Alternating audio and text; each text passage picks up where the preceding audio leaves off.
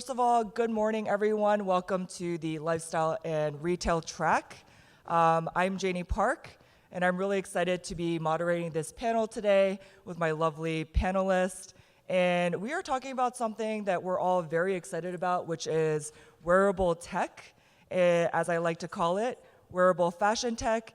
And we're going to be starting with a quick poll from our audience that's here. Who uses wearable tech? Can you please raise your hands? Okay, so majority of you are plugged in. And how about smartwatches? Okay, we have many. And lastly, how about smart rings? Okay, so a little bit less, but people are plugged into wearable tech, which is great. So it's really amazing, obviously, to see how wearable tech has become an integral part of our lives, and it's a transformative part of our industry. And what I want to get into is first, let me just introduce myself, probably wondering what I'm doing here today. So my name is Janey Park. I'm a beauty, fashion, and wearable tech strategist with over 20 years of global experience, including roles at brands like LVMH, Macy's, Lippincott, and Elizabeth Arden, and 10 years in Asia. And I've also led marketing and growth at a digital fashion house, everything from NFTs, AR filters, and metaverse initiatives. And I'm also the founder of a media brand called The Digital Runway, focusing on beauty, fashion, tech, and AI as an email newsletter that covers industry insights, as well as a LinkedIn Live podcast. And it's my mission to bridge the gap between innovation, style, and equity. So without further ado, let me just give you a quick agenda overview in terms of what we are going over today. I feel like I'm leading a classroom as I'm doing this, but just so you have an idea. So we're going to be going over what these innovators are building, first of all, in wearable tech, and they're all doing some amazing, phenomenal things, getting into how wearable tech is transforming fitness as well as daily lives, the challenges, opportunities, as well as interoperability in wearable tech, and finally, what the future holds for this exciting industry.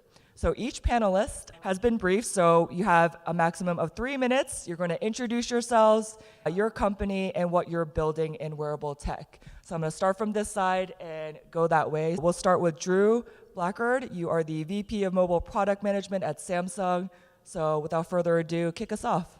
Hi guys, Drew Blackard, and as you mentioned, I'm responsible for product management for mobile devices within the US market. And so our mobile devices include our smartphones, smart watches, tablets, PCs, and new wearable devices like our Ring products. Overall, we're really trying to bring together an ecosystem of devices, and wearable tech is super exciting for us. And super exciting for me also, just personally. I'm a runner, I coach kids sports and things like that, so wearable tech to me is a really exciting, interesting area. Today I'm excited to talk about not only the hardware products that we're doing like watch and Ring, but also the platform and services that pull that together. So Samsung Health, for example, is a service that we have that's an enabling platform across our devices that can bring actionable insights to users. And then of course, one of the buzzwords of last year's CES and this year's CES is AI, and so how AI starts to take the data that we're collecting on these wearable devices and providing actionable insights to users. So I think that's what we're excited to talk about today. Amazing. And just because I'm Korean American, on a fun note, how's your Korean, Drew? I'm putting you on the spot here. It's not great, but I love going. We go to Korea several times a year to work back and forth with our teams in Seoul and Suwon to make sure that we have the right products globally and for the consumers here in the US market. And how's the Suwon Kalbi, which they're known for? Okay.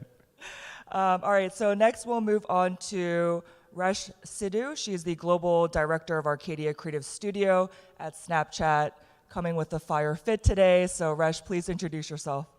Hi everyone, thanks Janey, appreciate it. So I lead augmented reality at Snapchat. Team Arcadia is a team that is focused on working with brands to create first-of-a-kind, innovative AR experiences. I'm so excited about this panel because in September 2024, and I know some of the panelists received one of these awesome little devices. The sheer amount of excitement that I've had from people as I've navigated CES, because these are not consumer-facing at the moment. What I'm holding in my hands is Snapchat Spectacles. They are a developer version of standalone augmented reality glasses. We launched these with the focus to get these into the hands of incredible developers like yourself and really leverage and tap into that community that Snapchat has been very well known for. Snapchat has over 850 million users, and 300 million of them are using augmented reality on Snapchat every single day. So we know that augmented reality is an incredible tool to engage our community. And one of the things that's been very different about Snapchat is that we've always been about bringing people together. It was always about ephemeral messaging, conversations with your friends, connecting, sharing, and moments of joy. And whether that be puppy dog ears and vomiting rainbow filters, it was always about bringing people together. And we've taken those values, and this is actually our 5th generation of augmented reality glasses. Because at Snapchat, we really, truly believe that technology can do better at bringing people together.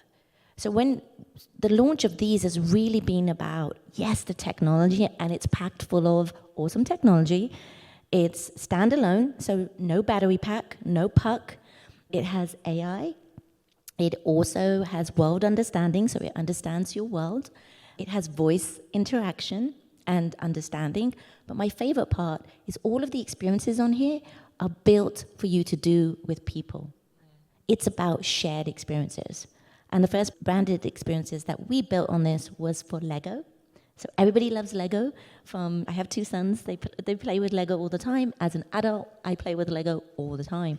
And for a brand like Lego is an incredibly interesting device to be able to bring their vision of play and togetherness.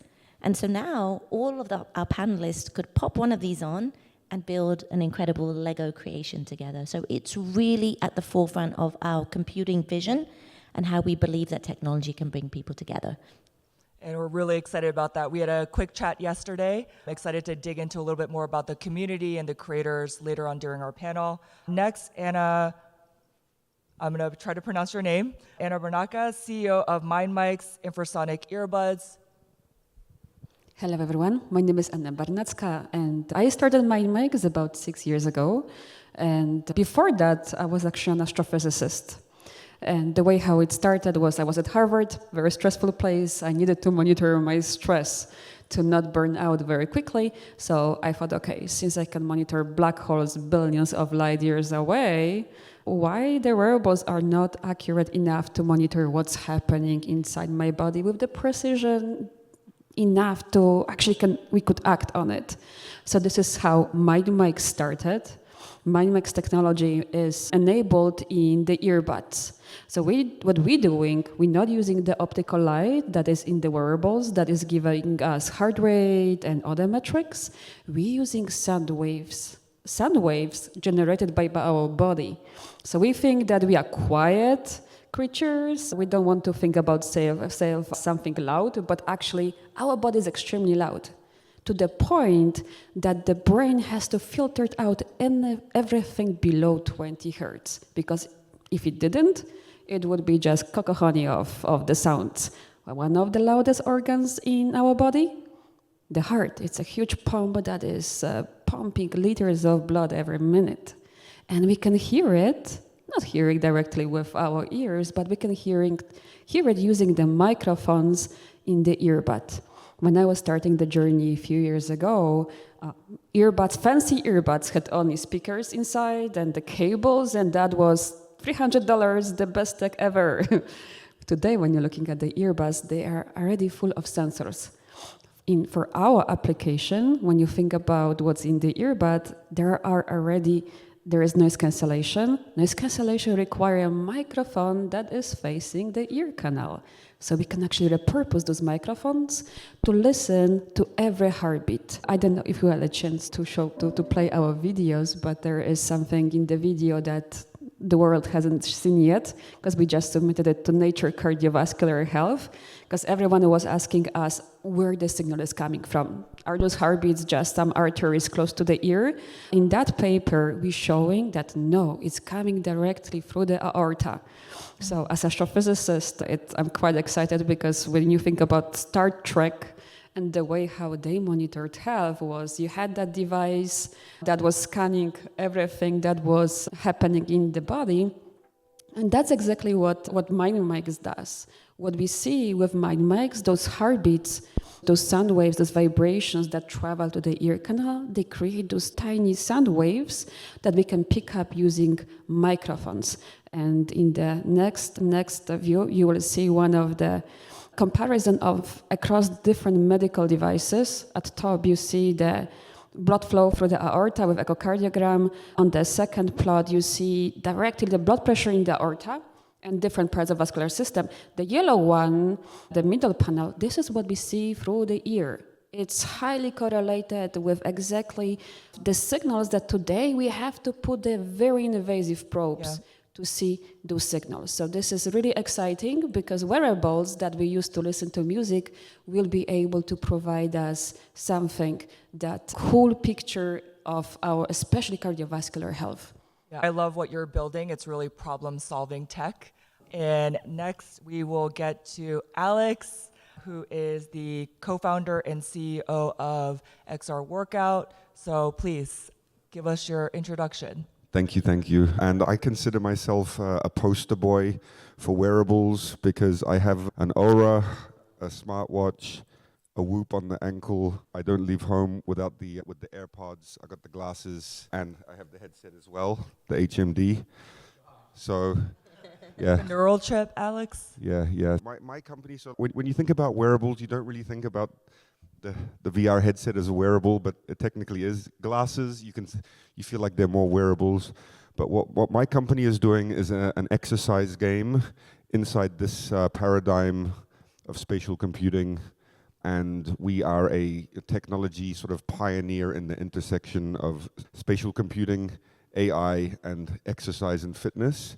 We're undergoing a pitch with Snap to build the ultimate AI-assisted gym companion. So if you imagine yourself walking into the gym, you sign in. Hands up who's been to a gym in the last month? Okay, 60%. So imagine this story. You walk into your gym, you sign in, and then there's a little rack of glasses like these. Not eventually like these, but for now they're like that. You pick them up, you put them on. Hello, Alex. It's been 3 days since your last visit.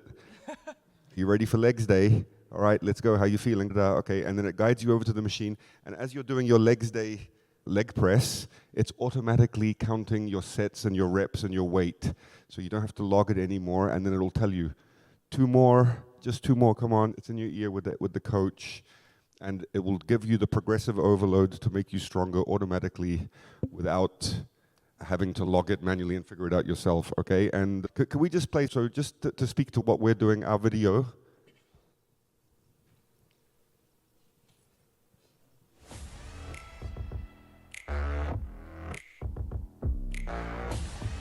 Can we turn it up a bit, please?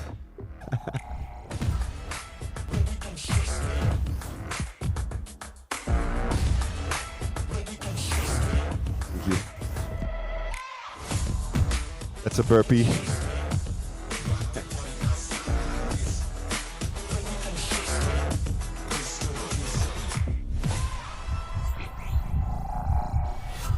All right. Okay, thank you, Alex. Pleasure. All right, so we're just going to get into the questions. I just want to be mindful of everyone's time here. So we're going to really dig into it. I want to get into a specific use case. I want to make this as beneficial to everyone in the room as possible. So my question is, how are wearables transforming fitness today? Please share one specific fitness-related use case that stands out. And whoever wants to go first, please go ahead. Everyone is shy, then I'm going to pick on Drew. Yeah, I'll go first, and I'll go with one that's it's part of being prepared for exercise, which is sleep. I think if you don't have a full night of restful sleep, you're not ready to work out and engage the next day.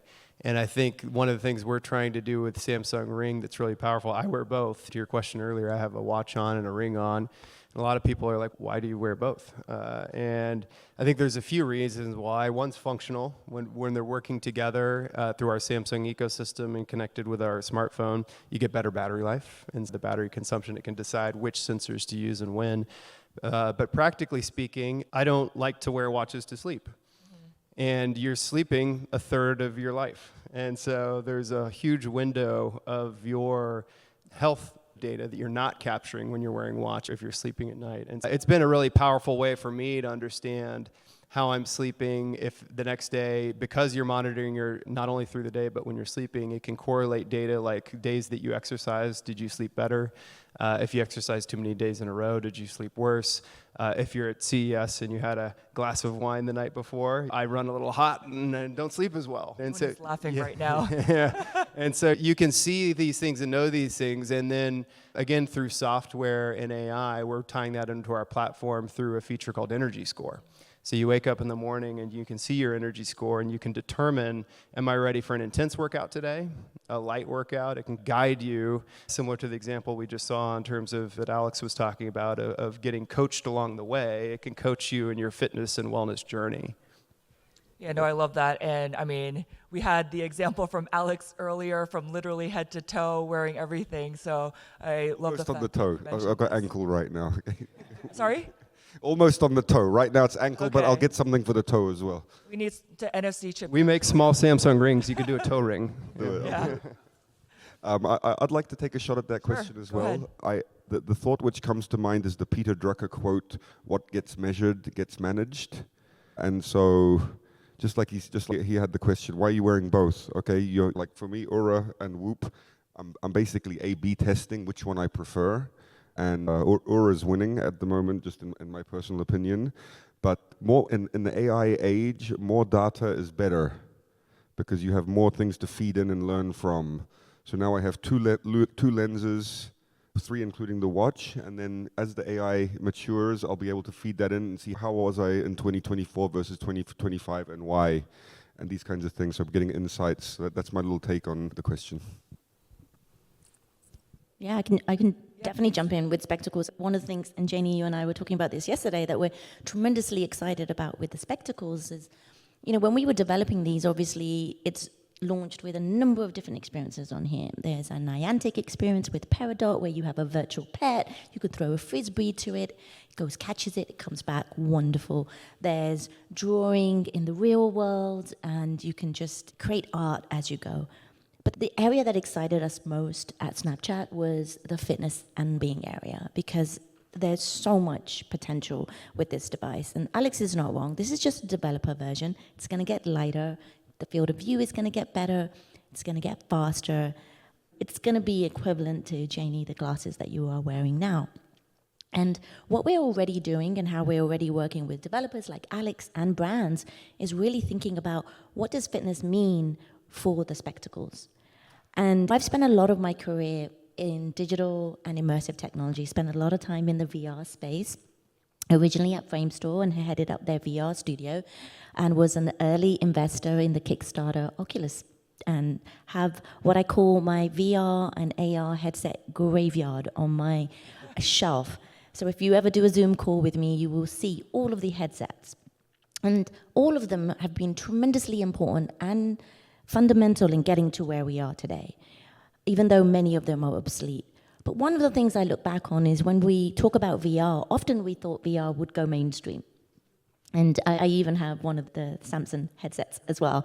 We thought VR would go mainstream. We thought by now every one of you sitting here would have a VR headset either in your bag, and not too much unlike Alex, but I think he's a very special use case, or they would be in our homes and we would be using them often. And I was a huge advocate for this technology, and I remember being on stage and talking about, we're going to see VR headsets in every household, and it didn't happen. And the fundamental reason why it didn't happen is because no matter how good the technology is, if there isn't a reason to reach out for that headset or these glasses, then people are not going to use it. And Snapchat's focus is making the everyday things that you do better. Going to the gym, how can these enhance that? Playing basketball, how can we help you be better at what you do and love every day? And how can we help bring either a AI coach or your friends into that story? One of my favorite things on here is a basketball experience. So you go up to the hoop. Because this has world understanding, it knows that there's a basketball hoop right in front of me, and it's guiding me. It guides me already to make my shots better, giving me feedback in real time. Super fun, super exciting. And that's when everyday thing like just shooting hoops with my son becomes something really exciting. And then all of that data, all of the things that you are doing are stored in here. So at any given moment, it's helping me be better at the things that I love and the things that I do. So I think the opportunity for fitness is huge. We're seeing a number of our developers already build a fun fitness movement-like experiences. One developer within 2 days of getting their hands on this, I don't know if you've seen this, Alex, but they built this adorable RPG game. And what they did is the everyday walk to their coffee shop, they turned it into this fun little RPG game. You popped on the spectacles. You're literally walking down the street, and all you're doing is just, you have this like little sword, and you're just hitting and attacking all of the little things that are coming at you. And before you know it, you've done 1,000 steps. It's play, gamification, your everyday walks transformed, and magical little dragons appear, and magical little orbs appear that you have to. How joyful is that? What devices do we put on that it's magic in your hands? What devices have you put on at CES that have put a smile on your face? And that's so important for Snapchat. So that's what we want to see more of, and that's why I think the fitness space is really exciting. We're working with a number of brands that I can't really talk about. However, brands can really see the opportunity. As I said, in the near future, you will be able to buy these right now. They're available for developers. We have a number of these in the hands of developers, and we really want developers to use this. This is launched with its own groundbreaking Snap OS system, and you can use Lens Studio to build on this. Anything you build on spectacles, you can also deploy on Snapchat too. So we're really thinking about that ecosystem that Drew was talking about as well. Building once and being able to put onto multiple devices. So if there are any developers that are interested in this, come see me afterwards and I'll let you know how you can sign up to the program. Sounds good. All of you covered so many interesting points, and I think you have something to say, so we'll have you to share on this point. I will be quick. The use case I wanted to focus on is running. I think in terms of the running, wearables are transforming it because it really helps people to look into what is the metabolic zone they are in. So when you're thinking about the metrics like heart rate, one of the best use cases is running, but it has to be accurate. And the demand of the consumer is that they're actually making sure that it's accurate enough. So if they wear watches, often they will also wear the ECG patch and will compare the data. So that's why it's so important that not only that the data for running are super accurate, and that's one of the best actionable use case for heart rate. And I would say it's just the beginning of that revolution in running, because still people looking for the devices that they could wear easily. They don't like wearing patches, and the brands, some of them like wearing watches, usually they don't, so this is another opportunity for ear. I'm talking about this because every single company is asking us when we're going to have a heart rate for running, accurate enough in motion. It's not an easy task, but we're working on it, so stay tuned about this. So one use case for running is using the heart rate to looking at the metabolic zones. And that's something that people are using to match their steps.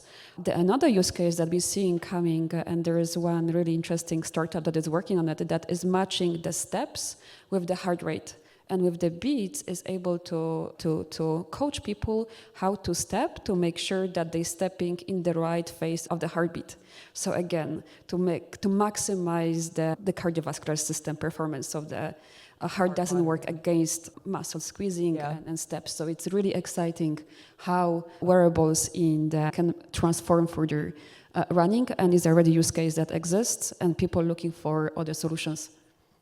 Yeah, all of you covered a lot of points, and I feel like we could literally have maybe a week-long seminar where each of you are speaking individually and giving a TED Talk, and I want to dig into everything.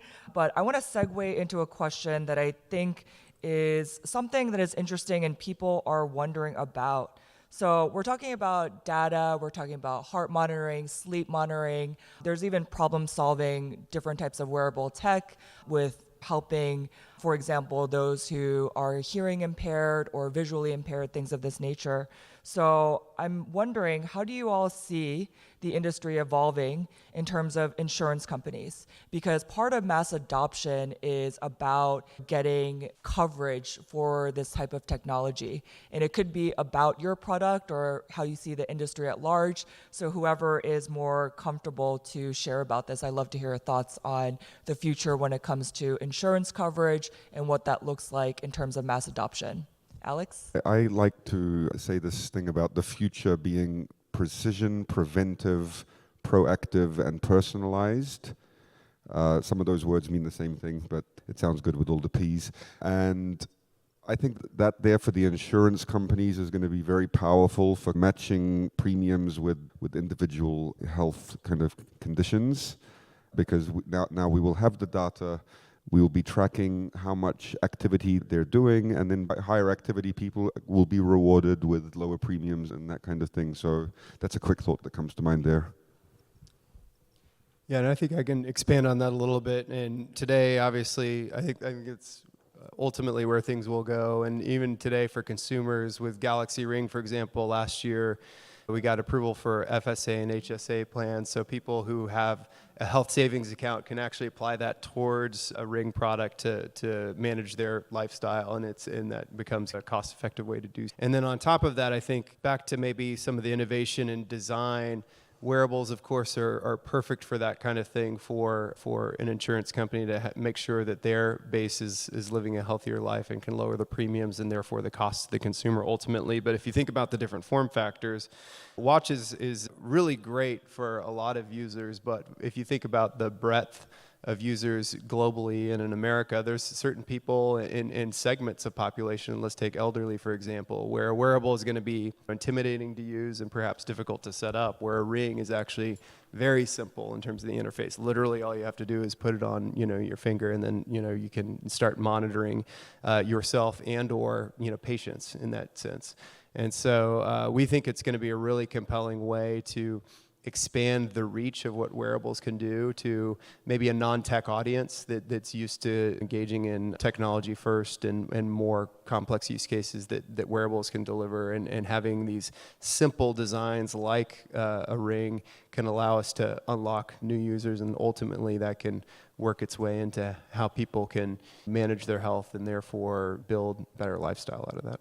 Yeah, you hit so many points that I'd love to dig into, from the aging population to data analytics, the insurance premiums, HSA, FSA. There's so many opportunities to figure out how to service the consumers in the community and also keep them essentially in your ecosystem as well, depending on what your brand is and what you're building. Anna, just quick thoughts from yourself?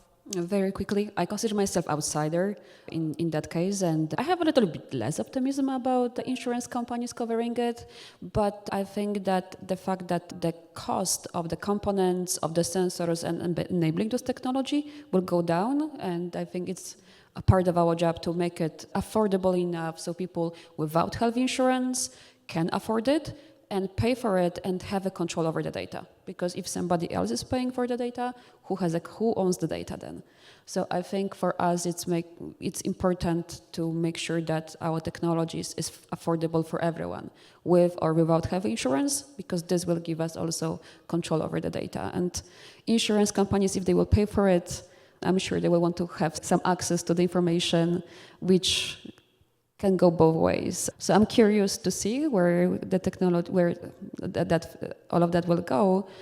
But looking at the structure of the whole ecosystem, but also seeing how quickly the price point is dropping, I think this is exciting because we can build wearables technologies that everyone can afford out of the pocket. Yeah, you brought up great points, and it's always good to have a counter opinion. I love the spicy hot takes. But I want to get into something a little bit more style and fashion focused. I actually just did some research and dropped a report called the Digital Runway Report, was analyzing the 2025 trend forecast. And I mentioned this earlier today during our session, but I think that wearable tech will actually be wearable fashion tech. There was a piece of technology that was dropped earlier in last year. It was called Friend Necklace. I'm totally calling them out on this. $99, and it looks exactly like an Apple AirTag. If you are trying to build a tech accessory that you want people to wear, you need people from different industries, especially from fashion design, who can create a product that actually looks good. It tracks things regarding health and fitness, but also that people would actually be excited to wear on a daily basis. Based on that, I'm just curious, how does design, aesthetics, and style contribute to your product development, marketing, and mass adoption strategies? And I see Alex already with your hand up. Does that mean that you're ready to go? Yep, ready to go. Okay, all right. I think Meta has done a really good job with partnering with EssilorLuxottica. I think that was one of the hacks that they did for getting into the style game a bit more. And there's been a sort of like big revamp in Meta in terms of getting a little bit more aesthetic. Like Zuckerberg has started wearing Amiri outfits and stuff like that. So there's been a big style push there. And I think it's going to be very important, as you said, for mass adoption. The challenge is going to be getting the full visual headset glasses form factor with the screen. These just have cameras. Got the batteries in there, they're okay. These ones here, they're up 50% since the last edition. The previous battery life was 30 minutes, now it's 45, which is a good trend, but it's going to be hard to have that same level of bulkiness and have some visual aesthetic. Yeah, just on that point, because I'm actually, if you guys didn't notice, we're both wearing smart glasses and recording each other from opposite ends. I love this, Alex, for all of us, by the way. Great content and also opportunity to have a conversation about this. But with Ray-Ban and also Meta, what a lot of people don't realize, because I come from the beauty fashion retail industry, that actually they partnered with EssilorLuxottica, which is the majority stakeholder and I would say producer when it comes to glasses. They do glasses for Prada. The monopolist. Yeah, Prada, Oakley, Ray-Ban. It made sense for them to partner. They could work with a fashion design company that would actually produce the right sunglasses and glasses, and they could actually embed the tech with it, which I think is something that we'll see a lot more in the future. Anna, thoughts on this? Absolutely. We actually now started partnership with Master and Dynamic that built beautiful design for a lot of brands. There was actually one picture in the end of the video showing the next MindMics inside Master and Dynamic. And basically, for what we see, what I've seen over the last 6 years ago, if you go back to Kickstarters or in your memory to see what was launched, what people were happy to wear, is very different to what people are using today. MVP is that you have to, from the scratch, bring people amazing experience. And I think people paying attention to it, its fashion, aesthetics is extremely important. Yeah, and I can just add from the Ring perspective, we had major engagements both in Paris and New York last year at their fashion weeks. And I think trying to make that, to your point, fashionable in an aesthetic way is important. Just from the core designs, we have multiple colors and finishes, and so that you can tailor it to what you're looking for in your style, in addition to the functional aspects that we've been talking about. So that's critical in our wearables and even our smartphones. We've been doing fashion partnerships for as long as I can remember with major brands to try to bring either new accessories or custom designs to the market, because it really is an important. Ultimately, all these devices are lifestyle devices. They're things we carry every day. They represent who we are. So it's important that they look and feel comfortable with who we are. Yeah, and I did actually go to the New York Fashion Week exhibit, the installation that you had with, I think it was Colin Stroud, I can't remember the last name at the moment, I don't know if you remember, but the AI exhibit was absolutely phenomenal with all of your devices. So definitely if you guys are in the audience, make sure to check it out.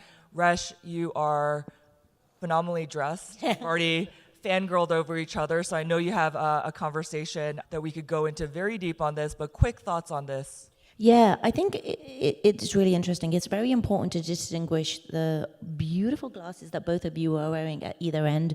Those are cameras in there. They're just Ray-Bans, and we've been able to put cameras which allow you to record the real world and everything that's happening. These are very different. This is augmented reality in the real world. So this is placing a layer of AR in your real world. It has world understanding and physics. It understands if I pop these on, it understands everyone on this stage, every chair in this room, and every human in this room. It has world understanding and world learning, AI and machine learning capabilities packed into it. For us, the most important thing at Snapchat, it is always about form and function. and the beautiful marriage between the two. Absolutely, we are moving towards a version that will be consumer facing. It will be slimmer, it will be faster, and it will look super fly. I was saying to Janey yesterday that the amount of times that I've seen people at CES and they'd be like, hey, can I get a version but in blue? Can I get like leopard print? And I was like, sure. And they're like, hey, Resh, why don't you have a version with leather on them? And what I say is, all of that is coming. All of that is coming. Our teams have been working with phenomenal product, fashion, and everybody on this panel is not wrong. You need to bring in different skill sets from different industries to make these something that people will want to wear and be proud of wearing. But the most important thing for us was actually getting a version into the hands of developers as quickly and as swiftly as possible. You know, Meta launched Orion. Does anyone have Orion? Do you have it? Do you have it, Alex? How quickly did we get you one of these? These are real. And I am so excited to get my hands on Orion. I have a pair of Ray-Bans. Any of us in this space, we should have an insatiable appetite to look at all of these devices, whether it be rings, watches, AR glasses, VR headsets, because all of them help really us push the medium forward and push the technology forward into a place where, I think Drew hit it on the head, into a place where we can make our everyday experiences better. And they're just part of every day. They're not clunky. So I'm excited in terms of how these are going to look. But in terms of this version right now, developers can get their hands on it. It's $99 on a subscription. And we are using all of these incredible experiences that developers are building. And we're updating these weekly. So you can begin to start seeing what's really good, what really works, and what's popular. And that will really help inform then the consumer-facing version and the launch experiences that we drop with. I feel very sad because we're coming up on time and I'm wondering if I can go a little bit over, and no one is giving me a look right now. I'm going to just go for it. So we'll do rapid fire very quickly, individual questions, and then try to take one question from the audience just because I want to make this as valuable for all of you as possible. Drew, we're going to start with you. If you guys can keep your answers to a quick 30 seconds to 1 minute, that would be great. Samsung's emphasis on user-friendly design. How do you balance cutting-edge tech with simplicity and, as you were mentioning, chic design for mass adoption? I think it's a matter of, we don't have a single design for any single user. Everyone's different, and so from the most tech-oriented user, we have products like foldable devices and things like that, and for people looking to track their health, we have amazing wearables, and even within the wearable category, we have these different types. And so I think simplicity is incredibly important when it comes to the user interface, and so as users are able to adopt new technology, having it be simple and easy is critical. And I think one of the drivers for us over the past year and going forward is our Galaxy AI platform. And so AI is something that can create usability for users effectively. You don't have to know how to use the device as much because the on-device intelligence is able to service up meaningful insights for you. It can push you forward. So I think those are the things that we're thinking about, is how do we reduce points of friction, make things easier for users. And so regardless of the form factor where you're engaging and trying to track your health, whether it be glasses, a wearable, a ring, that those things become easy, intuitive, and you're guided along the way with the data that you're providing.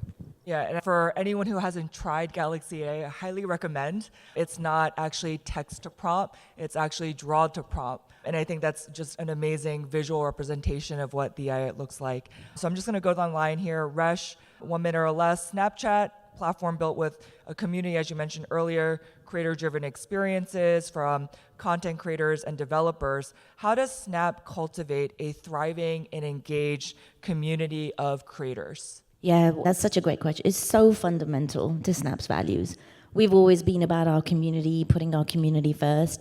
And part of the Spectacle's launch strategy was really about bringing our community into the conversation. A lot of technology and a lot of these AI experiences, I walked the convention center and all of the technology and everything was all great, but a lot of it is done in isolation and not bringing normal human beings and the community that you are ultimately going to be selling to into the development process. We're doing that. We're opening up the doors. We're bringing our community into them, and the experience, the content, the spectacles, it's thriving because of that.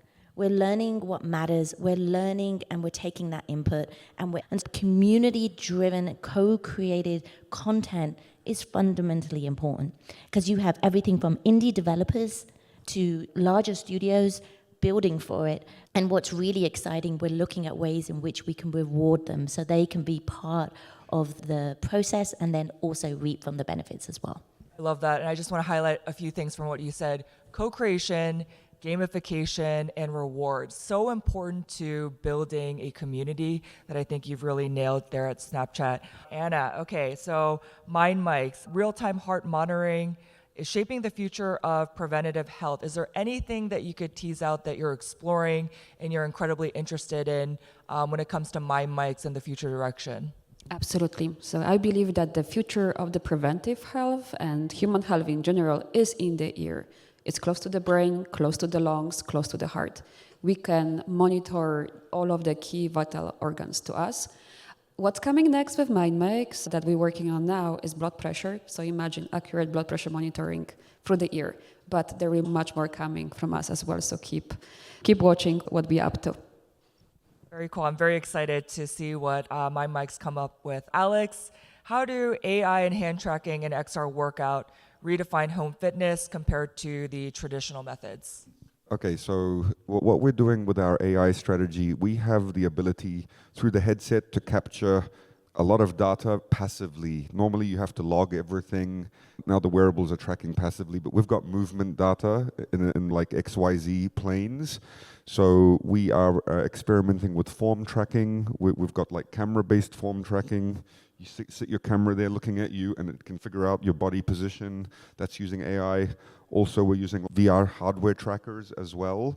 And so that there is creating a future where we're going to have an AI-guided coach, going to be telling you, keep your back straight, put your butt out, that kind of thing. Okay, that's a dangerous position there, that kind of thing. And then also on the coaching you to consistently be overloading yourself so that you're getting stronger.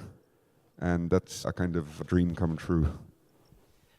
I'm very sad to say we are a little bit out of time and I'm getting this signal. I'd love to have this chat with you, each of you or all of you again at another point. Hopefully we'll talk later about having you join my podcast, but I want to just thank all of the incredible panelists. Please connect with them, watch for what they are working on now and what's to come. This is literally only the beginning when it comes to wearable tech, or as I like to call it, wearable fashion tech. And also to the audience, thank you for being here today. And yeah, let's continue this conversation. Feel free to connect with each and every one after the session. Thank you so much.